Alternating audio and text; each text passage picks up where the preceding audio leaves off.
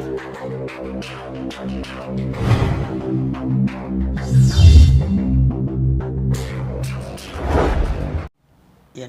குலதெய்வமான குழந்தளமனை போற்றி, பெரிய கற்பனை சாமியை போற்றி, அனைவருக்கும் எனது பணிவான வணக்கங்கள். வணக்கம். வாகன யோகம் யாருக்கெல்லாம் இருக்கும் பார்த்தல என்னத்த புதுசாக சொல்ல போகிற அப்படிங்கிறீங்களா? வாகனம்னா 4ஆம் இடம் நாத்தியாக சொல்ல போகிறேன்னு பார்ப்போம். இருந்தாலும் இருக்குல்ல சில விதிகள்லாம் நமக்கு முன்னோர்கள் இந்த ஜோதிட பாட புஸ்தகங்கள் இல்லாட்டி மூலநூல்னு சொல்லுவாங்க. இந்த மாதிரி ஜாதக அலங்காரம், யவன காவியம், பாரி ஜாதகம், இன்னும் எத்தனையோ நூல்கள் இருக்குது. ஜாதக சிந்தாமணி, சூடாமணி அப்படி சொல்லிகிட்டே போவாங்க. அப்புறம் புலிப்பாணி ஜோதிடம் அப்படிலாம் இருக்குது. இருந்தாலும் நம்ம சில புஸ்தகத்தில் படித்தது எடுத்தது எந்த ஜோதிடரும் அவங்க பிறக்கும் போதே அப்படியே வந்துட முடியாது. இந்த மாதிரி புக்கில் படிக்கிறதும் கேட்டதும் கேள்வி ஞானமும் படிப்பு ஞானத்தோடு அவங்க அப்படி பலன் சொல்கிறது தான். சரிங்களா? அப்போ இந்த மாதிரி நம்ம சில ஜோதிட புஸ்தகத்தில் படிக்கிறதும் அதிலிருந்து நம்ம உள் வாங்கினதும் இந்த மாதிரி சில கருத்துலாம் இருக்குல்ல. இப்போ நான் ஜாதக அலங்காரம் புஸ்தகம் படிச்சுட்டு இருக்கோம்ல, அப்போ அதுலேருந்து எடுப்போம் எந்த மாதிரி யோகமெல்லாம் இருக்குது, என்னெல்லாம் சொல்கிறாங்க அப்படின்னு பார்ப்போம். பொதுவாக எந்த யோகத்தையும் அனுபவிக்கணும்னா லக்னம் வலுவாக இருக்கணும். லக்னாதிபதி வலுவாக இருந்தால் தான் அந்த ஜாதகர் வலுவாக இருப்பார், நன்றாக இருப்பார்.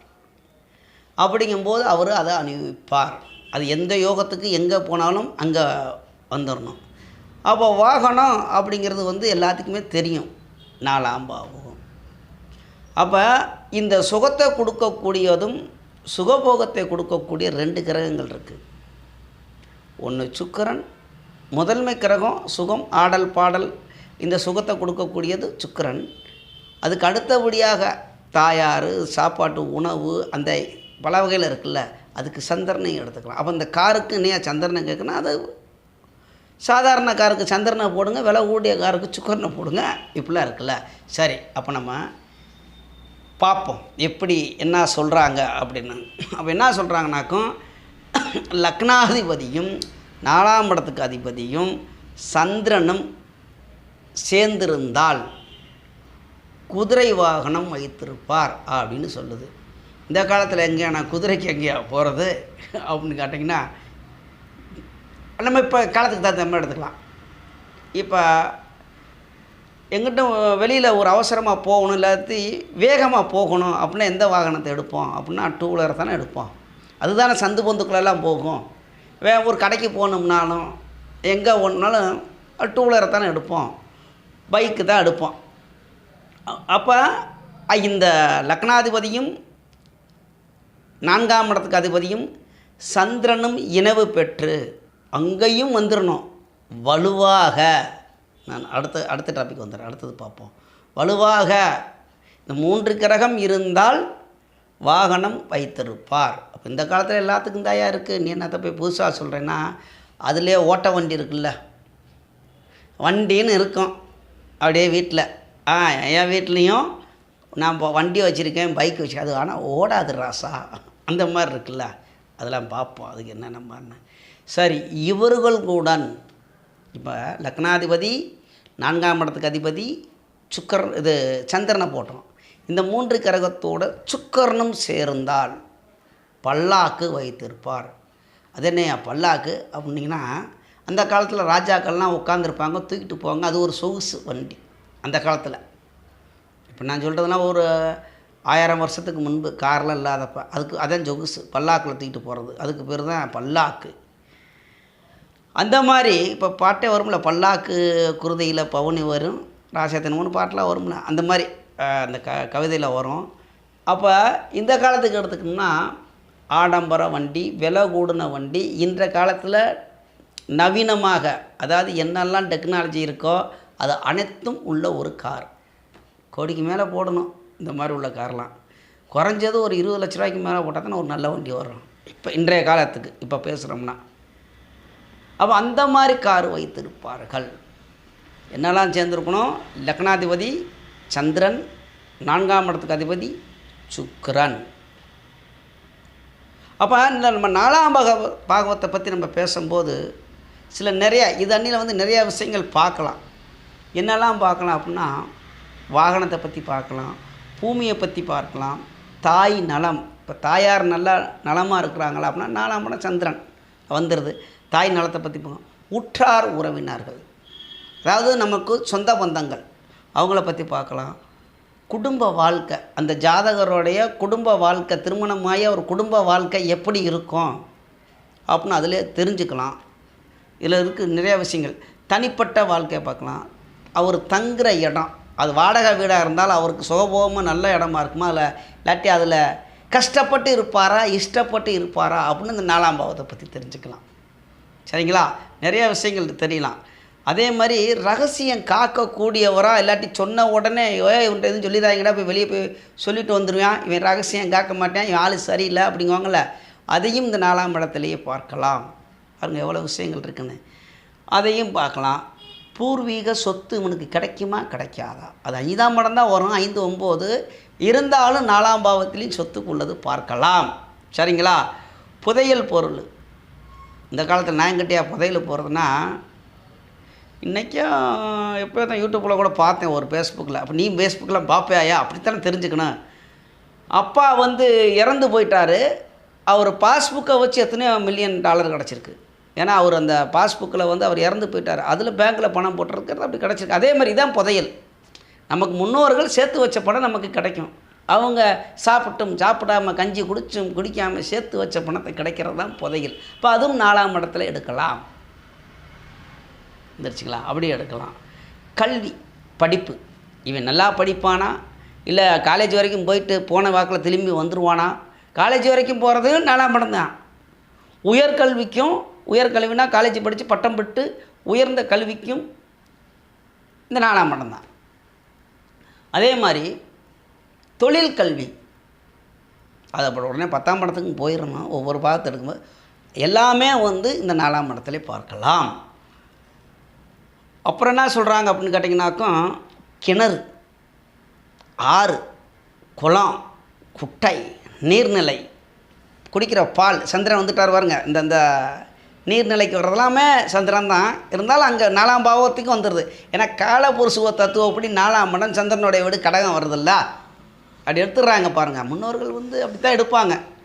அப்போ நீர்நிலைக்கு வந்துருச்சுன்னா குடிக்கிற பால், பால் சார்ந்த பொருட்கள், பால் சார்ந்த பொருள். அப்போ இன்னும் அடுக்கிக்கிட்டே போகலாம், இன்னும் நிறையா விஷயங்கள் இருக்குது. அப்புறம் குடிக்கிற திரவ பொருள், ஜூஸு, பழ ஜூஸு, நறுமணங்கள், ஏன்னா சந்திரன் சுக்கரன் இருக்கால, எப்படிலாம் நிறைய அடுக்கிக்கிட்டு போகலாம். அது அப்படியே இதோட நிப்பாட்டுவோம். இந்த அளவுக்கு இதெல்லாமே வந்து 4ஆம் இடத்தில் பார்க்கலாம். சரி, இப்போ நம்ம சொன்னோம் யோகம், லக்னாதிபதி சந்திரன் 4ஆம் இடத்துக்கு அதிபதி சேர்ந்துருந்துச்சு, அது வாகனம் ரெடி, பைக்கு, அதில் அதோடைய வலுவான சரிச்சு, வலுவுனா ஆட்சி, உச்சம், சுபருடைய பார்வை, இயற்கை சுபரோட, இன்னும் இப்போ குரு பார்க்குறார், இன்னும் நல்லா சுகம், புதன் சேர்றார், அப்படி சுபர்னு வந்துடணும். அதில் ஆட்சி, உச்சம், நிச்சபங்க ராஜயோகம், நிறைய விஷயங்கள் இருக்குல்ல. ஆட்சி பெற்றாலும் மூலத்திரிகோணம்னு ஒன்று இருக்குது. கோணம் வேறு, மூலத்திரிகோணம் வேறு. அந்த கிரகங்கள்லாம் இப்போ புதனுக்கு எடுத்துக்கிட்டாக்கும் மிதுனத்தில் ஆட்சியும், கன்னியில் வந்து ஆட்சி, உச்சம், மூலத்திரிகோணம் இருக்குது. அப்போ மிதுனத்தை விட புதன் எங்கே இருக்கிறார்? கன்னி தான் வலுவாக இருக்கார். அதே மாதிரி சந்திரனுக்கு கடகத்தில் வலுவாக இருப்பாரா, ரிஷபத்தில் வலுவாக இருக்காருன்னா உச்சம், மூலத்திரிகோணம், ரிஷபம், இப்படி ஒவ்வொரு கிரகத்துக்கும் ஒன்று இருக்குல்ல. அந்த மாதிரி கிரகத்துடைய வலிமையை அனுசரித்து, வலிமை அதுதான் சுபத்துவம். வந்துடுறேன் வரும்போது, இப்போ இங்கே அதை ஓடிக்கிட்டு இருக்குது சுபத்துவம், அது இருக்கட்டும். அதோடைய வலிமையை அனுசரித்து விலை கூடிய கார், கம்மியான கார், இதை கண்டுபிடிக்கிறது ஜோதிடருடைய வேலை.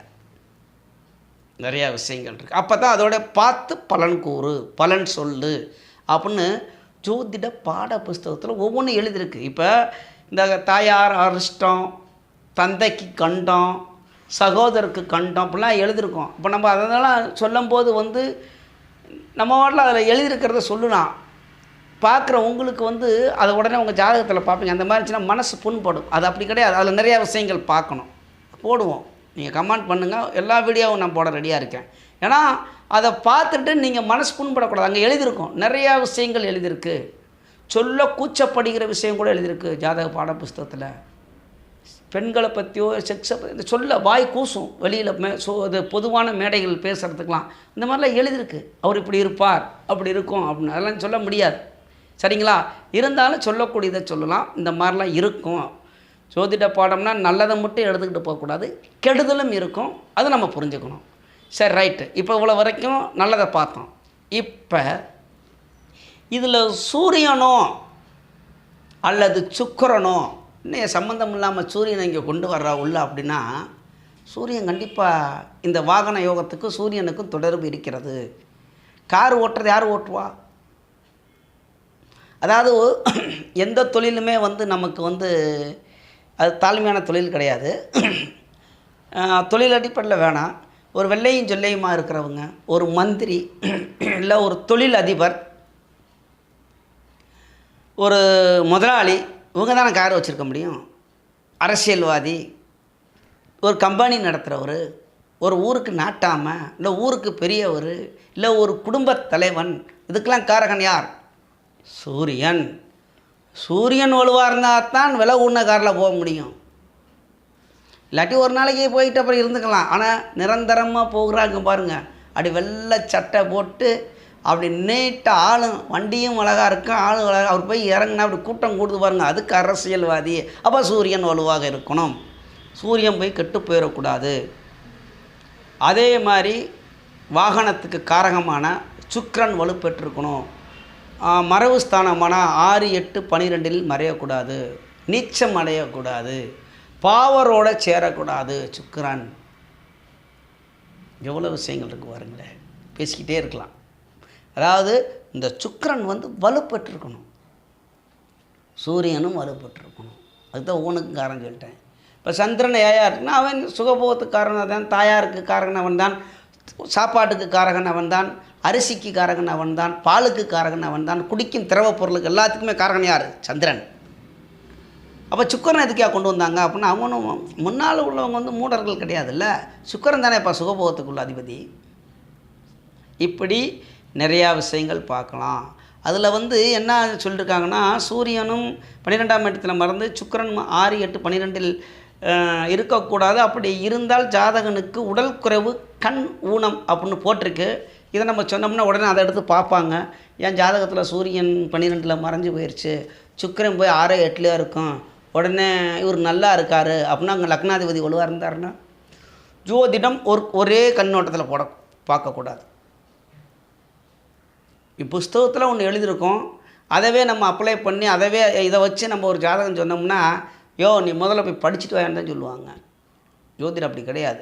அங்கே உடனே இங்கே சூரியனும் கெட்டு போய் சுக்கிரனும் கெட்டு போனால் இவன் கண்ணு குருடன் ஆகிப்பறேன், அவன் ஊனமுற்றவனாக இருக்கானாக்கும். அவன் லக்னாதிபதி வலுவாக இருந்தால், லக்னம் ராசி வலுவாக இருந்தால், லக்னத்தை இயற்கை சுபர்கள் தொடர்பு கொண்டால் நல்லா தான் இருப்பார். சரிங்களா? அப்போ இந்த 2 கிரகத்தை வச்சும் பார்த்துடக்கூடாது.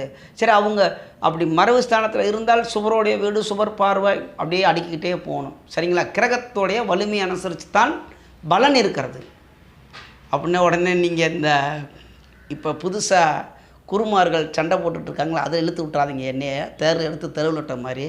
ஏன் நட்சத்திரத்தை சொல்ல மாட்டேன்னா, சாரத்தையும் பார்க்க வேண்டிதான். அதிகமாக அப்பைக்கப்போ நட்சத்திரத்துக்குள்ளே உள்ளே போய் பார்க்க முடியாது. நான் பார்க்க மாட்டேன். கிரகத்தை வலுவன்னு சிரிச்சா இருக்கும், ஆனால் நட்சத்திர சாரமும் நான் பார்ப்பேன். ஏதாவது ஒன்றை சொல்லி ஆனால் பார்க்கத்தான் செய்வேன். என்ன சாரம் வாங்கியிருக்கேன், அப்போ ரொம்ப முடியாமல் இருக்கிற கிரகம் இருக்குது, இதனால் இவன் முடிஞ்சு போயிடுவானா, இவன் கொஞ்சமாவது மூச்சு வாங்குவானா அப்படின்னா சாரத்தை பார்த்துடலாம். ஒரு கிரகம் நீச்சமாகி போச்சு, மறைவாகி போச்சு, அதோட திசாபத்தி 6, 8 மறைஞ்சு போச்சு, இல்லை ஸ்தான பலம் இழந்து போச்சு, பாவராக பார்க்குறாங்க, ஒன்றுமே இல்லை அப்படின்னா லாஸ்ட்டில் சாரநாதன் வீடு கொடுத்தவன் எப்படி இருக்கான், வீடு கொடுத்தவன் எப்படி இருக்கான், அந்த என்ன சாரத்தில் இருக்கிறான் சாரநாதனால் எப்படி இருக்கான், வீடு கொடுத்தவனு கெட்டு போயிட்டான். அப்படிங்கும்போது பலன், அதாவது இப்போ நான் சொல்கிற பலன் இதில் இருக்குது இல்லைங்களா. அதில் பார்க்குற விஷயங்கள் நமது யூடியூப் சொந்தங்கள் அனைவரும் வளமுடன் வாழ்வீர்கள், நன்றாக இருப்பீர்கள். நன்றி, வணக்கம்.